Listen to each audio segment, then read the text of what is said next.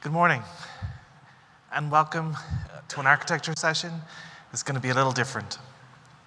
In this session, I'm going to focus on some of the leadership skills and mental models that I've learned working at AWS with our development teams who build all of the services that many of you use, but also working with customers on their architectural projects, including moving to the cloud or re-architectures after they've moved to the cloud. And we're going to cover an approach to architecture that really helps me think about how to achieve the right kinds of scale and the right levels of complexity in systems, whether I'm working with our own teams or working with customers. And this is something I've been doing more and more of over the last few years. As customers and internally at AWS, we've been spending more and more emphasis on achieving more cost savings, reducing the footprint and sizes of things. It's no secret that since the pandemic in particular, we've seen a lot of fundamental costs rise, including things like energy, land, salaries, and so on. And these are major cost inputs for us, for our customers, and so we've seen even businesses like ours that were already incredibly lean, already had achieved massive economies of scale, redoubling those efforts and seeing what else can we make smaller, how can we make things even more efficient. And that's been a big motivator, even on my own personal projects. This is something I'm now doing. This is my own cost and billing breakdown from the AWS console for a personal side project I have with a nonprofit. I manage this side project with a dedicated AWS account, but I just sign up like anybody else. I don't get a discount, even though I've worked at AWS 16 years. It's just paid for with a credit card, like normal, which we cover as part of the nonprofit. And actually, just in the lead up to reInvent, I noticed some of the features we were announcing would be able to save me money, so I reached out to the product managers and said, I'd really love to get early access. I really want to kick on the tires and see how it works. But even just adopting some of those, in just a few hours of my time, I think about 4 weeks ago, I was able to replace some of my core infrastructure. In my case, I was able to remove some load balancers because we've got some new network features where you don't need load balancers anymore, and get some pretty quick savings, right? I think we can all agree this is like the most obvious kind of great way to do cost savings. If there's things you can do to systems in place, things that only take a few hours work, we should always be doing those. And if we can make our systems smaller and less complex in those dimensions while we're at it, in that easy way, great. But that's not too typical. The more common challenges that we face are systems that have grown and evolved organically over time and gotten bigger and bigger. And we'll want to focus more as well on how we fight that pressure and how we simplify along the way. And that's another reason why smaller is even better. It's really common that when you first build a system and it's really, really simple and only has a few major components, and those components are really well understood, and everyone who built those components is still around and still works on the team, you can kind of fit it all in your head. A new person who joins that team can catch up and get onboarded in as short as a week and really fully understand the system. And those systems tend to be really reliable. They also tend to be easier to make secure because there's just less intrinsic complexity. But as the systems evolve organically over time and we add more and more functionality, some of which might be cross-cutting, it can eventually start to look and feel a bit like spaghetti and doesn't really fit in our heads anymore. And when that happens, we have to invest so much more in testing and simulation and work around convincing ourselves that this system is safe. And it can become expensive and slow, and we start to see delays and how long it takes us to iterate features and all of those kinds of things. These are all negative. And we want to fight all of these tendencies and architect for small. We want to make things simpler. And the way I think about it is that this takes two complementary skill sets. in order to build systems that are well optimized and efficient and as small as they can be, you do need system designers and developers and people who actually understand the details of those systems. There's no avoiding that. You know, it's necessary to be able to get in there and see the stack top to bottom and kind of see, you know, what cool tricks are there, what things can be done that would make it speed up or make it smaller. And there are other system level design questions that we're asking all the time. You know, should we be building more monolithic services? Should we be building more microservices? Which I'll cover too. But these are system level design properties. There's also organizational approaches that are necessary. You know, the customers and teams that I've seen succeed, they have a culture that's constantly analyzing their approach to architecture through the lenses of, you know, how do we promote, reward, and incentivize simplicity? How do we make sure that that's something we're getting?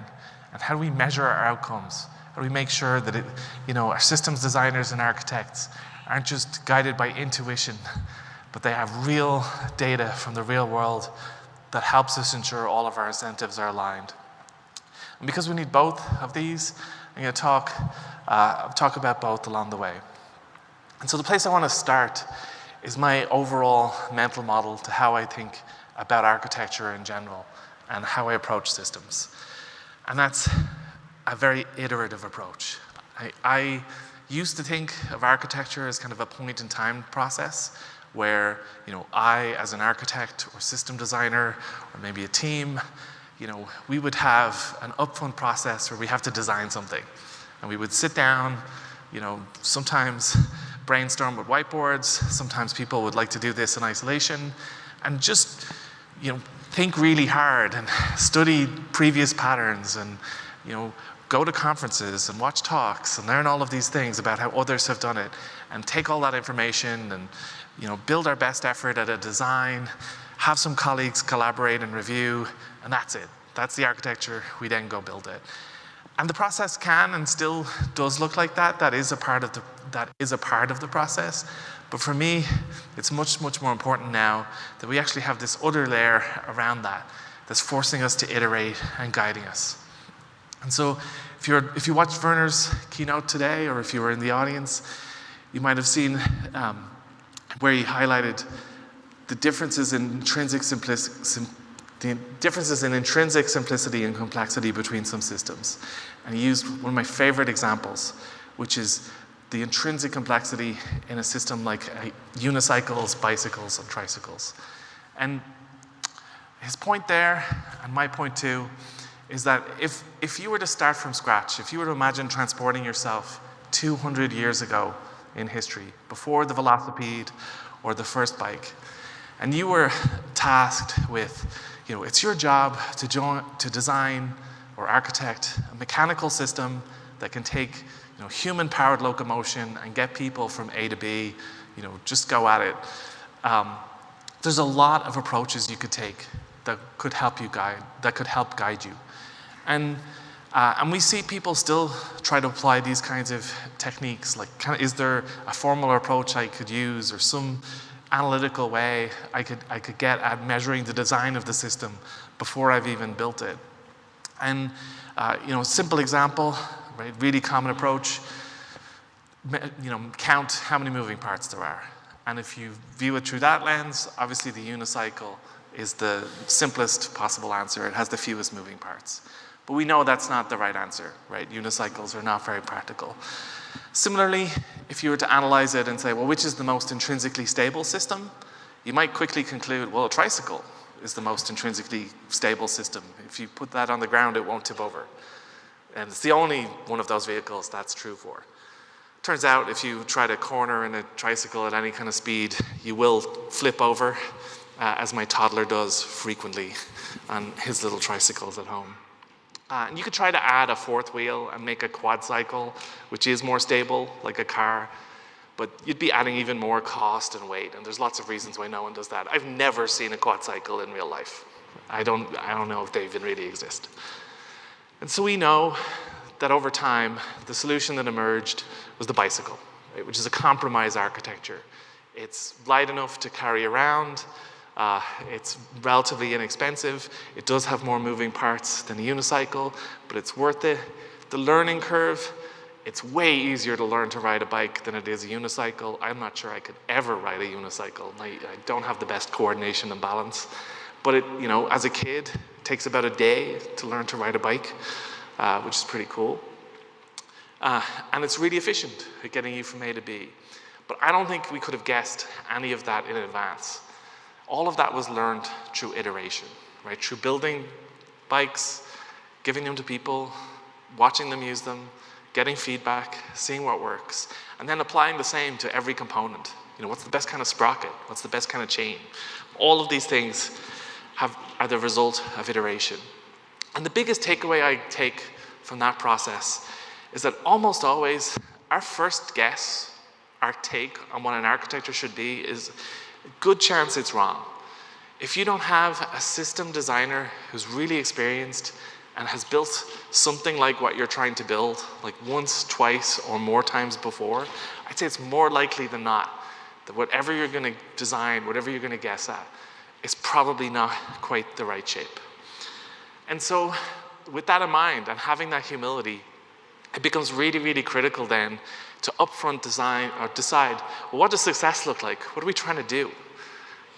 What should this new architecture achieve? And to state all of those in numbers as much as possible. In our case for technical systems, we can often say, well, it should be doing this many requests per second, or it should have this kind of latency, or it should be able to do this much in this much time, and so on, or store this much data. But putting numbers on all of these things really, really helps. Having that definition of success up front. And then to measure against that constantly, right? And then as we build our prototypes, to adapt and iterate on feedback from that process, right? So when I work with teams, I love going to design reviews, and I do this with customers sometimes too, where we can have these big sessions, sometimes a day or even 2 days, where it's really, really fun. We're whiteboarding and we're figuring out what we should be building. It's really, really great, and I love being there. I really enjoy that process, and it's important, and you're getting all that collective experience, which is going to give you the best first take and the best hope of getting it right. But if I happen to be on vacation that week and not make that meeting, I'm not too worried about it, right? And if I'm not certain that the team didn't get it quite right, I'm also not too worried about it. And the reason is because I care more, and I want to have ensured that they have a process around this where we've agreed, okay, we're going to build really small prototypes as early as possible, right? My mental model is I want to be able to throw them away without having wasted too much work, right? I want to be in that process when I'm at least initially designing architectures. And then be able to test and test and test those prototypes and get data out of them to see how they're performing. And if I have that process, and if the team or customer are doing that, I know eventually they'll get to the right place, right? Doesn't matter if the first guess was a little bit off, or even a lot off. The data will tell them, and we'll eventually course correct, and we'll get there. And I feel like we have a real, meaningful safety net. Now, it does take a bit of effort to put these processes in place. Most development teams don't do this naturally. It doesn't occur to most people. Most people are just doing the first thing, where they just design up front and kind of hope for the best. But it's usually very little friction to integrate these processes. People see the value very, very quickly and get it and like participating in it. But one thing that isn't as common, or at least I don't see it as common everywhere, is also integrating costs into this model, right? And for that to be one of the key measures that you define up front. That from day one, when someone's building a design or new architecture, they're thinking about what it's actually going to cost. It is staggering to me how many teams and customers never ask that question as early as possible. Instead, it comes super late when someone in the finance team is like, do you know this is costing XYZ? They're like, no. And so we've learned to integrate costs as early as possible. The real truth of it is our developers, our customers' developers, are spending money. Right? When you design something with 2 boxes or 2 systems, and those have to be paid for. That is a form of spending money. And so it's important that the team, or at least someone on the team, has an eye to this and has a view into this. They don't have to have an incredibly precise view. This doesn't have to be accurate to the cent. It often doesn't even need to be much more accurate than like an order of magnitude swag. It often just needs to be accurate enough to really tell them, you know, this would bankrupt the business, or this would be really, really efficient and could be a source of profit. But putting this as early as possible really, really helps. And I'm a strong believer in open book finance systems and ways where the team understand their costs. I have seen some approaches backfire a little, like giving teams just, here's a total summary of all of your costs. That tends not to be too helpful, right? Or giving them budgets. Budgets can backfire. You know, if you set a budget for a team and say it's your job to, you know, stay within this budget for the next year, that makes no sense if what the team is building is profit generating, right? And if it's generating a profit and it gets really popular and customers love it to the point where they, you know, start hitting that budget, well, you would always want to increase that budget as long as it's profitable, right? It would make no sense to impose a budget. But I've actually seen customers sometimes take that approach and have whole teams distracted by, you know, we should be in cost saving mode. We're getting really close to our budget, and we agreed that number with the team, you know, way back in January. But the reality, you know, if they were to bubble it up at the higher level of the business, that's madness. They should, you know, the service is profitable. It's covering its own costs. And right now, if they're in a growth mode, they should be trying to achieve more of that growth, and maybe that's driven through features and so on. But having that lens and really encouraging the developers to think like that matters. The gold standard for me is if you can have some kind of per unit cost, right? So that developers and the team know, you know, here's the rough cost attributable to our systems for each customer request or each business action or whatever it is that the organization is doing. On the cloud side, I mean, as you saw earlier, with even just my simple example, we make it pretty easy to get the infrastructure cloud level costs. This is the most basic view that you get right out of the console, but you can go into Billing and Cost Explorer and get much more refined views. You can start tagging things and getting much more discrete views. And we've got a huge partner network who also work on cost management tools. But in my view, customers get much more benefit when they take this approach and bring it all the way back to those systems designers and actual developers and give them a lens into this. Now that's infrastructure costs, right? Which are relatively easy to measure. At the end of the day, you know, you're getting a bill for that infrastructure, and it's a matter of figuring out how it should be apportioned. But often, this is not the most significant cost. This is rarely the most significant cost. Usually, the most significant cost in any IT endeavor is actually the cost of developers, right? And in part, that's literally like the salaries that, you know, we as developers are getting paid, and the amount of money it takes to have office buildings or, you know, all of the things surrounding an employee and so on. But it's not even really that cost. I mean, there is a real monetary cost to that, but it's usually it's usually the opportunity cost that's even more significant. Usually, you just can't hire, you know, an infinite number of developers, and organizations have to be, you know, cautious in who they hire and make sure that it matches their culture and so on. And you also can't expand teams too quickly or too greatly, right? You know, Fred Brooks said famously, if you double the size of a team, you'll often half its productivity, at least for a good chunk, because there's so many new people to train and get up to speed and so on. So often, the truly most constrained cost is what are developers doing? Because if they're doing that, they can't do other things. And if I have other things that would save me more money or generate me more profit, they should be working on those things. So having a rigorous prioritization process that really, really ensures we're working on the right things at the right time, that really drive, you know, this is the most profitable use, is really, really key. So when we're doing our annual planning process, and I'm looking at the engineering plans for the services and what we're building, some of the most common questions that I'm asking time after time are, do we really have to do that right now? Like, why? Whether that's a cost saving or some other optimization. Is that a can we can kick down the road a bit? And yes, we might be a little less efficient for a bit, but if you're in growth mode, that might be particularly worth it. And often the answer is yes. It can be pretty straightforward.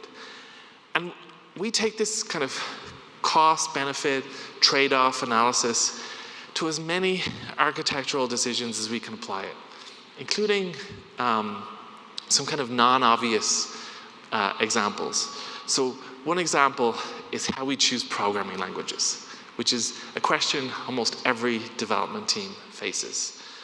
And I was lucky enough to be involved in the decision we made, I think it was about 7 or 8 years ago now, to invest very deeply in the Rust programming language at AWS.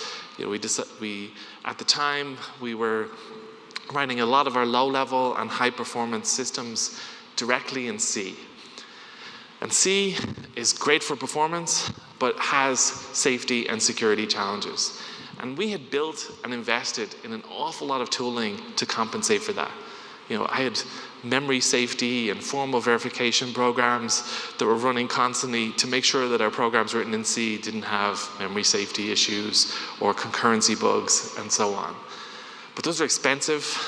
They also slow down the development process, and they changed the learning and ramp-up curve. When I onboard an engineer, it's not enough that they know C. They now have to learn how to use all those tools. And we wanted to be able to do better than that. So we took a look around and we said, okay, let's see if there are any better low-level systems languages. And at the time, we were evaluating 2 major candidates, Rust and Go. And they're both great languages. Don't get me wrong. I code in both of those languages, and I love both of those languages. But at that time, we weren't big users of either of those programming languages. But we had to decide, okay, we want to change our systems programming language. We really only have the capacity to pick one, because if we pick one, we can do it much, much better than if we spread the work across 2. So what should we do? And as a development team, the questions you'd normally ask are things like, well, what do we know already?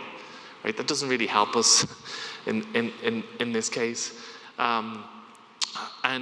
But what languages will new team members know already? What does the hiring market look like out there?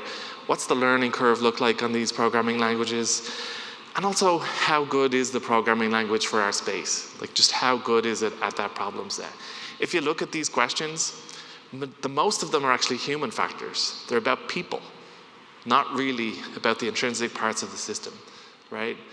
And Rust and Go are both, they've got different pros and cons. Go, I would say, has a better, easier learning curve than Rust. A developer can become proficient in Go really quickly, and that's extremely valuable. Rust takes a little longer. Rust and Go both have excellent memory safety and concurrency safety built in. They're about even on that. But one advantage Rust had for us at a technical level is Rust has no garbage collection. So for low-level, high-performance systems, we wouldn't have to worry so much about, unpredictable pauses and so on. Now, in the meantime, Go has improved, and its garbage collection is pretty amazing, and it can be really, really fast and rock solid. Though it's hard to predict when garbage collection may occur. But what actually resolved this for us, what this ended up coming down to, was about that developer and opportunity cost, and who we would be able to hire. And at that time, there were actually several big companies who had already gone pretty big on Go, most notably Google, from where Go originated. And we felt, well, Go's a great language, but if we go down the Rust path, we'll probably have a better shot of attracting, real Rust rock stars, people who see a big company investing in Rust for the first time and want to be there, part of the adventure, making it happen. And that's ultimately what decided it for us. Like, that's how we made that trade-off. Very, very driven by human factors. Another example, I should mention too, we have customers I work with who make this decision all the time. And for example, machine learning and AI, super common for customers to choose Python because it's such a rich language in that world. is that there's no one answer, and applying these techniques doesn't, get you the same result. It really depends on all of that organizational context.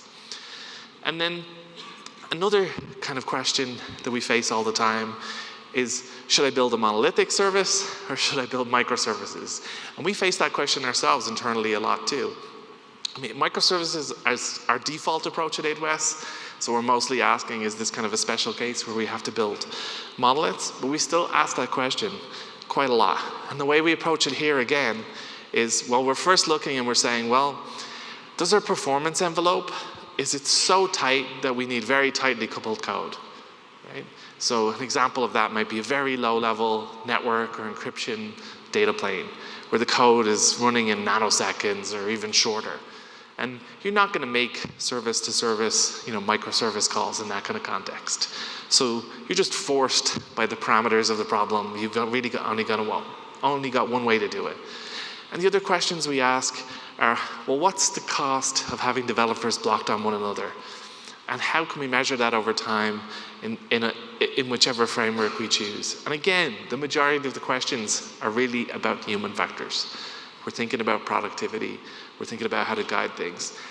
My mental framework for the power of microservices and how I explain it to customers who are thinking of adopting it is my best analogy is I kind of think about it like the systems on an aircraft carrier. I've never served in the military. I'm not a military person, but I've been on 2 aircraft carriers as guest, playing music as it happened, just completely at random, but there you go. And was incredibly impressed by the expertise and amount of operations that happen on an aircraft carrier. And it kind of blew my mind, but when you think about it, it's at once the largest scale military vessel on the ocean. It's also one of the fastest, which is amazing. How do you make the biggest thing also the fastest? That blows my mind. And it's not just that, it's also a mobile airport. It's also a mobile aircraft repair facility with hangars. It's also a city on the move that has thousands of people and everything that comes with that, right? From a mail service to food service, everything. And as if that weren't enough, it's also a set of mobile nuclear power plants, right? Which traditionally are considered quite complex systems. And all of this works together because everything has been divided up. And those, the teams who are working on nuclear power plants don't have to be blocked by or worry too much about the teams that are repairing aircraft and so on. Those all become separable concerns so that everybody can work in parallel.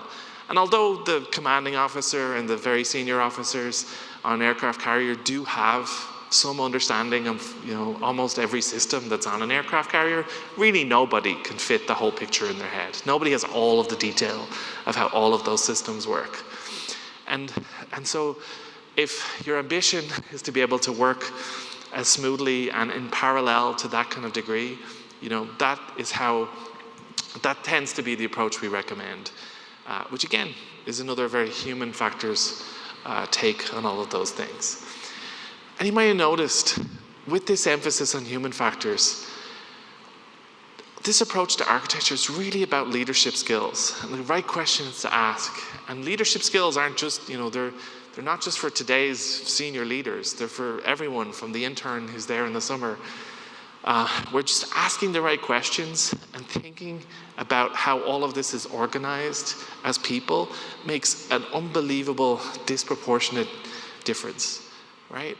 As leaders, I think we want to be thinking, what drives team members towards particular choices, right? And how do I make business value the center of that? Really classic example here, right, is where it can be easy for innovation to have an outsized reward. If you build something new from scratch, it feels great, it's really impressive, and it's very natural to reward, promote, and incentivize that. I myself have been promoted several times by building large-scale systems that ultimately worked and delivered customer value. But that's actually not the most common thing most businesses need or most organizations need. Most need improvements to existing systems, right? And so a healthy organization will also emphasize, well, that's just important. And how do we do that? The maybe most classic case of this is a team or a person who's saying, hey, we need to re-architect. It's time. The old architecture, it's reaching its end of life. We need to move on. That's actually not something we do a lot of AWS. At AWS. I work on EC2 now, which is the second service we ever launched at AWS. And most of the core architecture is the same. A lot of the code that was running on day one is still the code that's there. And we don't face too much temptation to completely re-architect it. And that's because we ask questions like, well, okay, if we need to re-architect, why? Right? Why? What is the reason? What cliff are we about to run off of? And how far away is it? We want to get that answer in data as quickly as possible. The current system just won't scale past this X. So where are we now? How close am I to X? Because now, in addition to having an architectural challenge, I might have an operational crisis, right? So I really, really, really want to know those things. And then I'll also be asking, okay, we need to re-architect. How quickly are we going to be able to measure improvements from whatever the next thing is, right? And how am I going to measure those? What are those numbers going to look like? And is there any way I can put a monetary value on that to really decide, is this something I have to do now? For scale and performance, throughput, things like that, these are relatively easy to put numbers on. For some other things like productivity, it can be much harder, right? So when you reach a point where it's, we can only ship one feature a quarter, and we're being bottlenecked by the architecture. These choices we made years ago are the problem.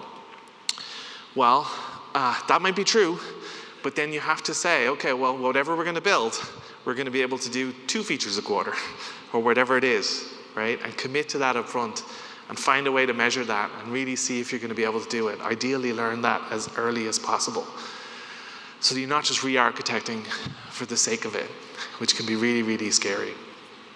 And so these kinds of leadership skills levels approaches, I find these are the most common things that I go to. And in meetings with customers, we're often able to make a lot of progress in 30 minutes of just going through those questions. We'll often get to like 80% of the answers we need in terms of what directions we should be going.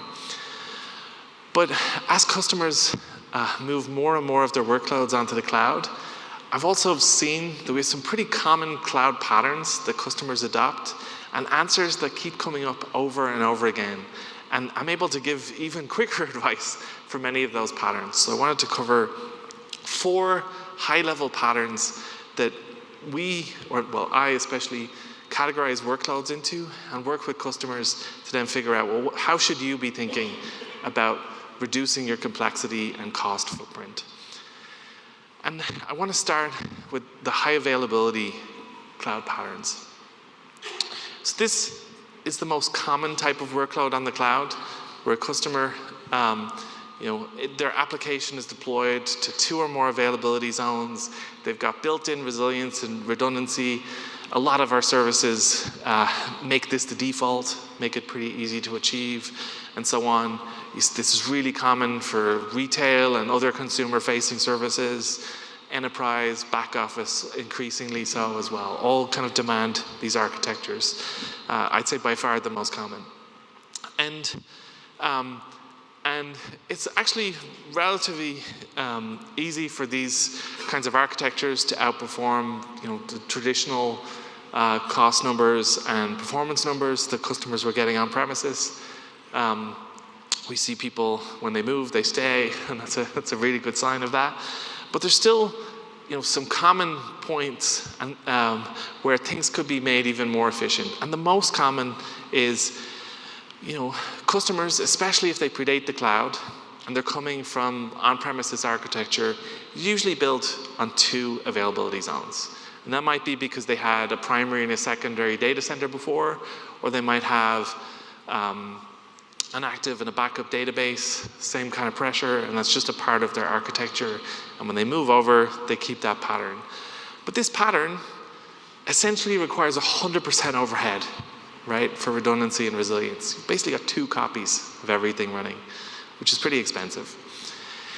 If the customer is able to architect, as we do for the most part, and use as many of the availability zones as they can, that buffer goes way down, right? If the customer can spread their load across, say, 5 availability zones, which we have available in some of our largest regions, then if there's an issue that takes out an availability zone, that they only need 25% overhead in the whole system. That's like 1/4 the overhead, a massive, massive saving, just from being able to lay out the architecture a little differently. You also have a much better rate of impact if there is an operational event. Only 1/5 of your active load is impacted instantaneously by that event before any resilience and recovery operations can step in and take over. So it's better from that perspective too. It's a double win. But this, today at least, isn't quite as common. We're seeing more customers do more and more of it, and I'd love to see even more again. The next category for workloads is what I call best effort, which is, it sounds a bit counterintuitive, but we actually have workloads that have almost no or relatively little redundancy and resilience. It's just running in one availability zone, there's just one copy of the stack. And this used to be pretty rare. This used to be, maybe have a billing system or some part of a system like that if it's down for 6 hours, doesn't really matter, we're only generating bills once a month that happens overnight, we'll be able to catch up in the morning, so we don't need to pay for 2 fully running copies of it and so on. But now, with ML training, it's also increasingly common that customers simply can't scale to have 2 or more copies of all of that running at once.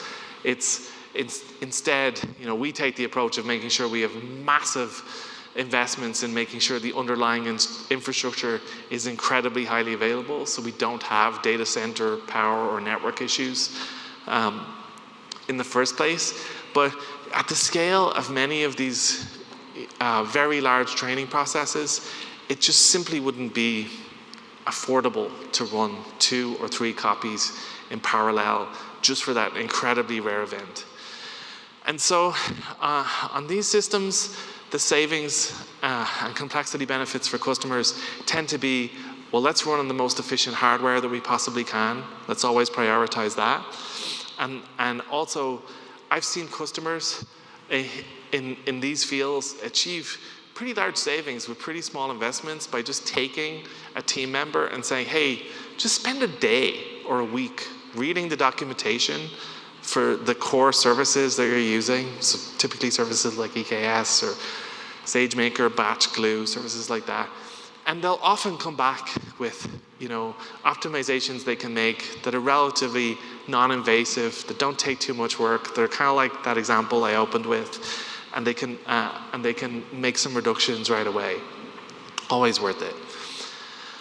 The next kind of category, which is not a common category, is customers who need to run highly isolated systems. So these are typically government scale customers, folks who have extreme compliance and regulatory requirements and have to run environments such as our dedicated local zones, where literally they're the only customer that are renting that entire dedicated local zone. Also think of workloads like trading exchanges. And again here, most of the answer for these customers tends to be about right sizing, choosing the best instance types, making sure they've got the best use of infrastructure there. But there is another kind of macro benefit that I'm starting to see become more and more common, which is a lot of these workloads that have these criticality requirements, they achieve great levels of reliability, 5 nines or greater, by having very, very stringent change control. Right? These customers typically have, business or trading hours, and during those business or trading hours, nobody touches anything, which is pretty good. And will prevent any issue that isn't just, spontaneous hardware failure or some completely unpredictable performance cliff or something like that.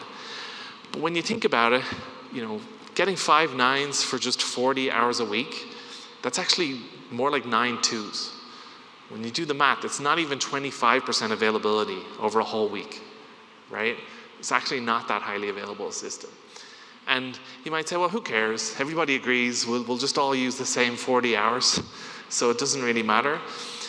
But if you think a bit bigger than that, at the industry-wide kind of ecosystem level, everybody's pushing all their work into 40 busy hours, which actually drives peak to average ratios that increase the average cost of servicing those whole things.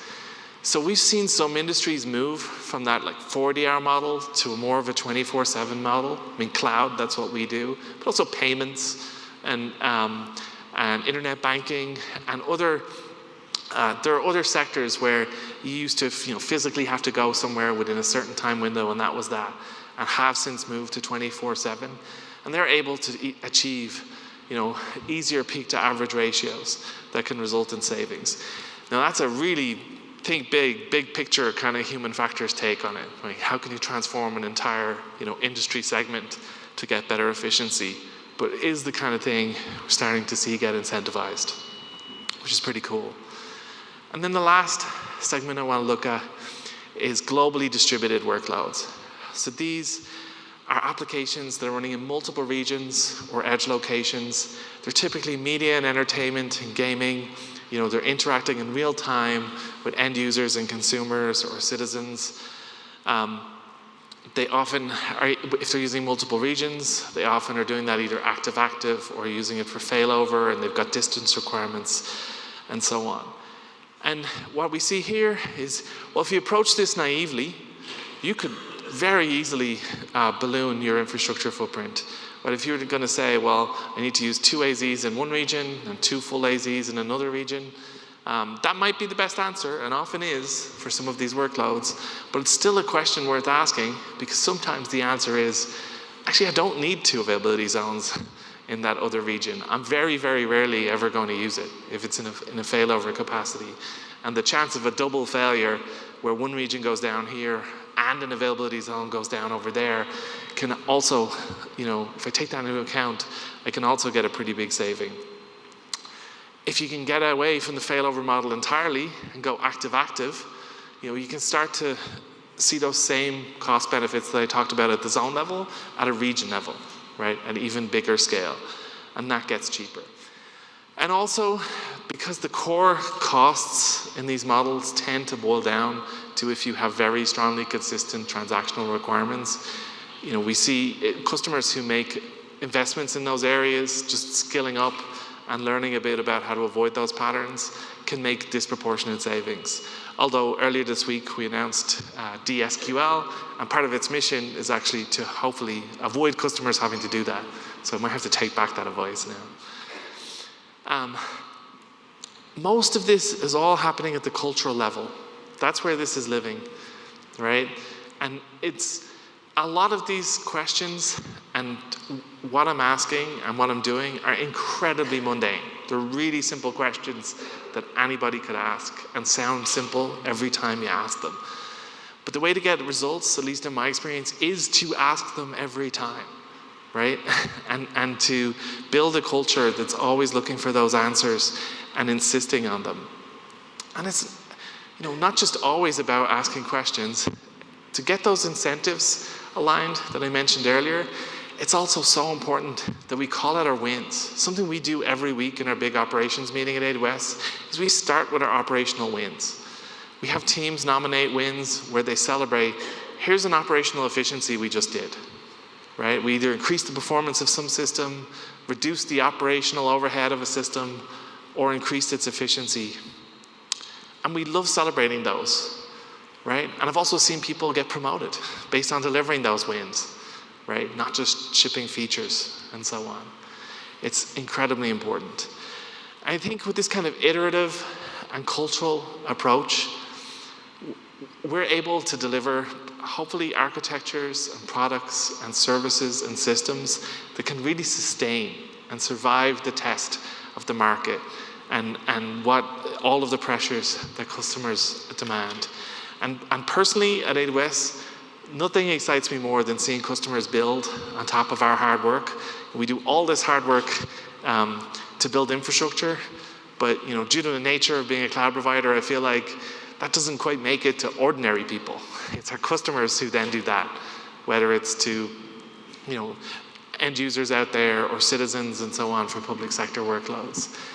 And I'm really excited to see if and how customers apply their own patterns and deliver savings that can make that more efficient than ever. That's everything I have. Thank you very much for coming and listening, and have a great time at Replay later tonight.